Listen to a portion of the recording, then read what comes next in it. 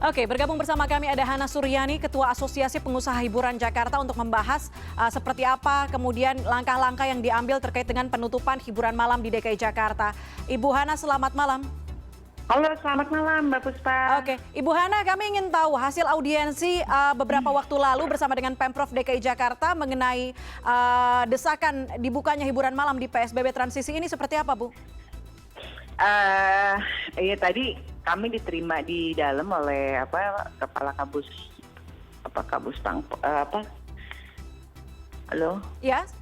Iya, diterima oleh perwakilan gubernur ya gitu. Nah, di sana kami satu yaitu tadi betul hasilnya bahwa sebenarnya TDUP itu kan berlapis ya. Ada di kami ini punya salah satu restoran juga. Nah, itu akhirnya diperbolehkan buka seperti itu. Nah, untuk yang kedua, dalam waktu dekat ini dari perwakilan gubernur, dinas pariwisata akan mengakomodir kami dengan tim gugus tugas COVID-19.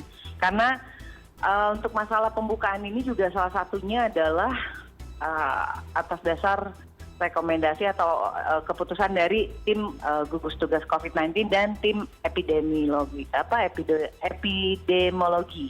seperti itu. Kayak kemarin kan sudah izin bioskop itu sudah dibuka, tapi akhirnya ditunda lagi. Nah, rekomendasi dari tim gugus tugas COVID-19 itu akhirnya kan dicabut lagi, nggak boleh beroperasi. Jadi intinya gini Mbak Puspa dan masyarakat semua, industri hiburan ini saya berjuang untuk tidak distigmakan negatif. Apalagi sekarang ada beberapa wawancara, ada beberapa stigma juga bahwa corona itu pertama kali ditemukan di hiburan. Ini tolong diluruskan dulu, itu bukan di hiburan, itu di restoran. Dan tempat yang pertama kali terkena itu sekarang sudah bukan, Mbak. Kan lucu. Sementara hiburan itu akhirnya dikasih belum ada kepastian. Kami sudah 4 bulan tidak ada kepastian.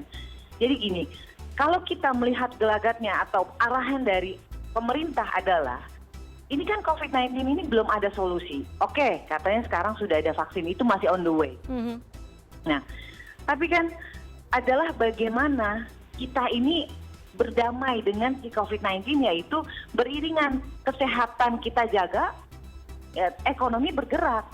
Nah, sayangnya 4 bulan kami ditutup itu tidak pernah ada upaya dari pemerintah, pusat maupun daerah, atau pihak-pihak lain, instansi terkait lainnya, yang mau mengupayakan mencari solusi.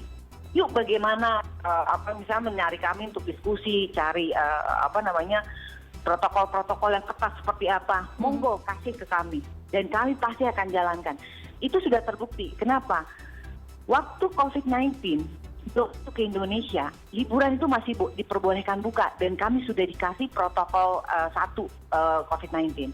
Nah, lalu COVID-19 sudah masuk ke Indonesia, itu kami dapat lagi protokol tambahan, protokol COVID-19 yang kedua gitu, gelombang keduanya. Dikasih lagi, dijalankan. Nah, jadi lalu pada saat PSBB ini ada di Indonesia, sekarang ini sudah ada. Nah, kami mau dibuka, ini diulur-ulur dengan catatan tudingan bahwa protokolnya nanti sulit nggak nih dijalanin, bisa nggak nih dijalankan physical distancing, karena kan di protokol ketiga ini, kerangka ketiga ini pemerintah itu agak beda ya. Setelah PSBB itu kita diharuskan bermasker, ini agak beda nih protokolnya.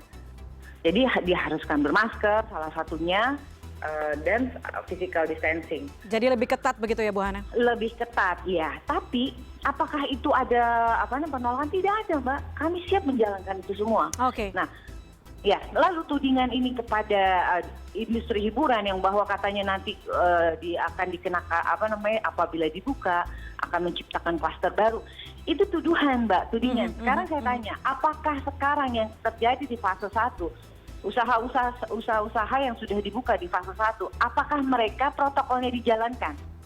Maksud saya gini, pelanggaran itu jangan digeneralisir atau disamaratakan, disudutkan ke satu, stigmakan ke satu industri aja. Oke. Pelanggaran itu terjadi hanya karena individu. Mari kita gini, Contoh kalau jalanan semua orang banyak nggak pakai helm, apakah jalanannya kita tutup? Kan tidak.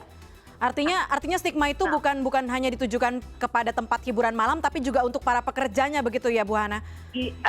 Pekerja dan ini gini Mbak, ini masalah pelanggaran itu oknum.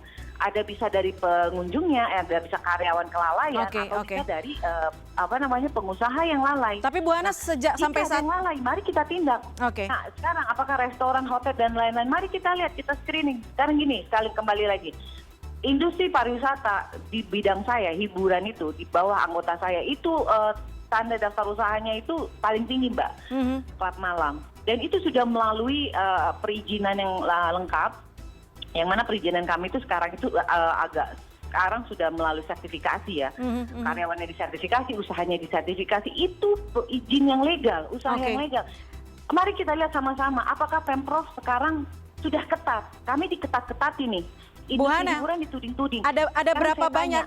Ada berapa banyak pemilik perusahaan hiburan malam, pekerja hiburan malam yang kemudian sampai sekarang mungkin tidak jelas pendapatannya dari mana, untuk penghidupannya juga dari mana? Ada datanya, Bu? Betul. Itu yang kami sedang perjuangkan, Mbak. Sebenarnya pengusaha sendiri juga sudah karat ya. Tapi ini desakan, kalau karyawan kan kita hitungnya lebih.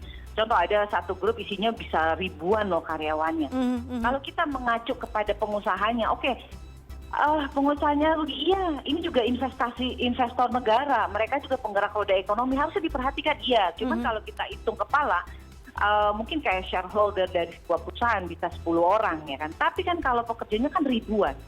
Nah setelah kita data, menurut Dinas Pariwisata juga ternyata sampai 19.000 se-Jakarta ini. Lebih banyak loh dari yang kena COVID. Bu Hana, jika kita tahu ini masa PSBB transisi diperpanjang, jika nantinya memang ketika sudah diperpanjang dan akan berakhir, apa agenda atau apa yang akan dilakukan juga oleh teman-teman dari Asosiasi Pengusaha Hiburan di Jakarta, hiburan malam khususnya, untuk mencari keadilan atas semua ini? Gini Mbak, kenapa sampai kami bergerak hari ini? Karena di depan mata kami disuguhkan ketidakadilan. Bagaimana kami disuruh tutup? Kami yang punya izin jelas legal disuruh tutup. Mari kita sama-sama tracing ke seluruh Jakarta ini. Mereka buka Mbak semua restoran tapi dengan tidak berizin, ya, tidak berizin, dan operasionalnya usahanya seperti hiburan, yaitu seperti bar, seperti klub, menyajikan musik yang gegap gempita. Artinya masih buka mereka 40%. Ya? Nah mereka buka dan banyak yang ternyata tidak punya izin. Itu disuguhkan kepada kami. Terus kami harus bagaimana Mbak? Saya harus bagaimana mengakomodir suara-suara ini. Makanya mau nggak mau udah deh, yuk kita bersuara aja. Semoga Bapak Gubernur, yuk kita cari solusi Mbak intinya. Sekarang gini, kalau kita di stop kayak gini, kita mati Mbak. Ini semua aset mati, manusianya juga bisa mati gitu. Masa tidak ada solusi Mbak dari negara ini Mbak untuk kita bagaimana berjalan antara kesehatan berimbang dengan ekonomi. Baik. Mari kita sama-sama dong cari solusi. Cari solusi untuk mengizinkan kembali industri hiburan malam kembali beroperasi, tapi tetap dengan protokol kesehatan yang ketat, betul, begitu ya. Dan teman-teman dari Asosiasi Pengusaha Hiburan di Jakarta akan menerima itu. Baik, Bu Hana Suryani, terima kasih banyak sudah bergabung bersama kami di CNN Indonesia Connected. Terima kasih Mbak.